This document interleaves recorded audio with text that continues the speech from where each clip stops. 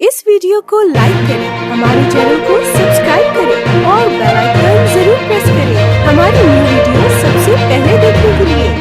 ત્યારબાદ આવી રહેલા મહત્વના સમાચારની વાત કરવામાં આવે તો કેન્દ્ર સરકાર આગામી નાણાકીય વર્ષથી ઉદ્યોગપતિઓને વીમાની ભેટ આપી શકે છે। સૂત્રો દ્વારા હિન્દુસ્તાનને મળેલી માહિતી અનુસાર 1 ફેબ્રુઆરીએ રજૂ થનારા વચગાળાના બજેટમાં જીએસટી રજિસ્ટર્ડ રિટેલ સેક્ટરના વેપારીઓ માટે અકસ્માત વીમાની જાહેરાત કરવામાં આવી શકે છે। માહિતી અનુસાર નેશનલ રિટેલ ટ્રેડ પોલિસીની હેઠળ બિઝનેસમેન માત્ર 6,000 રૂપિયાના કન્સલ્ટેશન પ્રીમિયમ પર ₹10 લાખ સુધીની અકસ્માત વીમા પોલિસી મેળવી શકશે। આ વીમાની જવાબદારી ન્યૂ ઇન્ડિયા એસ્યોરેન્સ તેમજ અન્ય કેટલીક સરકારી વીમા કંપનીઓને આપવામાં આવી છે। સરકારી સ્તરે વિવિધ વિભાગો સાથે વીમા કંપનીઓની અનેક રાઉન્ડની બેઠકો બાદ તેની બ્લુ પ્રિન્ટ તૈયાર કરવામાં આવી છે।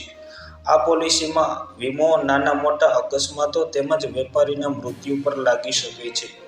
વીમા પોલિસીની ઉપરાંત સરકાર રાષ્ટ્રીય છૂટક નીતિ દ્વારા ઉદ્યોગપતિઓને વ્યાજબી દરે લોન પણ આપશે। આ ઉપરાંત દેશમાં પુરવઠા પ્રણાલીને વધુ સારી રીતે વિકસાવવાની એ પણ પ્રાથમિકતા જોવા મળી રહી છે। સરકારનો હેતુ એ સુનિશ્ચિત કરવાનો છે કે નવી નીતિ માત્ર છૂટક વેપારીઓનો વ્યાપ વધારશે નહીં પણ લોકોને ખરીદીના વધુ સારા વિકલ્પો પણ પ્રદાન કરશે। ઉપરાંત ઉદ્યોગપતિઓના ડિજિટલાઇઝેશન દ્વારા મોટા પાયે ધ્યાન આપવામાં આવશે। સરકારે બજેટ સત્ર પહેલા મંગળવારે સંસદમાં વિવિધ પક્ષોના નેતાઓની બેઠક બોલાવી છે। દરેક સત્ર પહેલા આ એક પ્રકારની પરંપરાગત મીટિંગ જોવા મળી રહી છે।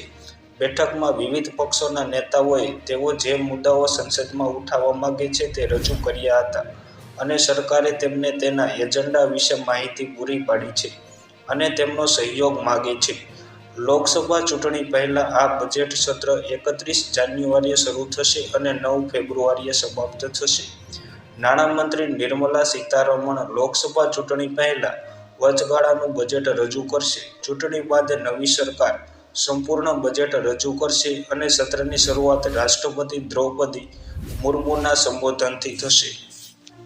ત્યારબાદ આવી રહેલા મહત્વના સમાચારની વાત કરવામાં આવે તો અમદાવાદ શહેરના ખાડાના કારણે અનેક અકસ્માતો થતા હોય છે। આ અકસ્માતમાં નાગરિકોને ઈજા પહોંચે તો કેટલાક કિસ્સામાં મૃત્યુ પણ થતા હોય। અમદાવાદ મ્યુનિસિપલ કોર્પોરેશન દ્વારા ખોદવામાં આવેલા ખાડાના કારણે થયેલા અકસ્માત મામલે કોન્ટ્રાક્ટર આરકેસી ઇન્ફ્રાબિલ્ડ પ્રાઇવેટ લિમિટેડ કંપનીના પ્રોજેક્ટ મેનેજર અને સાઇટ સુપરવાઇઝર સહિતના કર્મચારીઓ સામે પોલીસ ફરિયાદ નોંધવામાં આવી છે। આરકેસી ઇન્ફ્રાબિલ્ડ પ્રાઇવેટ લિમિટેડ કંપનીએ રોડનું કામ કરવા માટે ખાડો કર્યો હતો અને કંપનીના પ્રોજેક્ટ મેનેજર અને સાઇટ સુપરવાઇઝર દ્વારા ખાડા નજીક કોઈપણ પ્રકારની ડાયવર્ઝનની નિશાની, બેરિકેડ કે રેડિયમ પટ્ટી સાઇનબોર્ડ રાખ્યું ન હતું। ચેતવણી બોર્ડ કે કોઈપણ પ્રકારની આડાશ રાખવામાં આવી ન હતી, જેના કારણે આ અકસ્માત સર્જાયો હતો। પોલીસ ફરિયાદમાં માત્ર કોન્ટ્રાક્ટર વિરુદ્ધ ગુનો નોંધવામાં આવ્યો છે। જોકે પોલીસ ફરિયાદમાં ક્યાંય પણ મ્યુનિસિપલ કોર્પોરેશનના કર્મચારીઓ કે અધિકારીને જવાબદાર ઠેરવવામાં આવ્યા નથી। મ્યુનિસિપલ કોર્પોરેશન દ્વારા રોડ બનાવવા માટે કોન્ટ્રાક્ટર તો આપી દેવામાં આવે છે, પરંતુ યોગ્ય રીતે કામગીરી થાય છે કે કેમ અને નાગરિકોની જાનમાલ અને સલામતીના પગલાં લેવામાં આવ્યા છે કે કેમ તે જોવાની જવાબદારી મ્યુનિસિપલ કોર્પોરેશનના રોડ વિભાગની હોય છે। ત્યારે આ વિભાગના અધિકારીઓને કર્મચારીઓએ આ બાબતે કેમ ધ્યાન ન આપ્યું તે સામેની કાર્યવાહી પણ થવી જોઈએ। જોકે પોલીસ ફરિયાદમાં માત્ર કોન્ટ્રાક્ટર વિરુદ્ધ ગુનો દાખલ કરવામાં આવ્યો છે।